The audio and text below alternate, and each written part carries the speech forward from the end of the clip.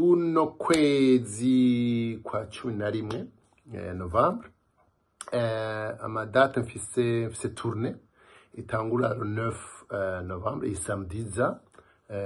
Idate mfise ngaha Londres ahantu bita Camden Town, place yitwa The Forge. Nzovuzaho na mon equipe mfise ngaha muri Angleterre.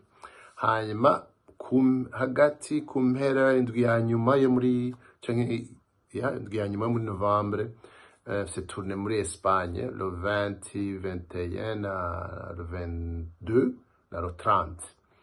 Nka le 20 tuba twitawe abantu bita Valencia, uzoba ari ubwa gatatu tuvuzayo. C'est toujours incroyable, abantu bakunda umuziki bakwitabira kabisa. Hama le 21 tuzoba turi Madrid.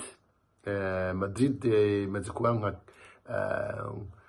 nk'umucoko imisi yose imyaka yose kuva muri 2018 bisa nk'ukumenga concert za nyuma ya mibiri Madrid.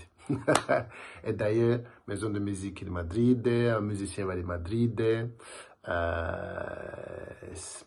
C'est toujours génial, hanyuma le 22 tuzoba tura muri Pays Basque muri Nord, hafi ya Bilbao, muri Festival de Blues and Soul.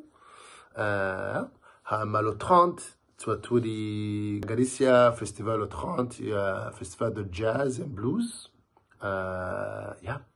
Kazoba mpejeje umwaka, vacances zitanguye.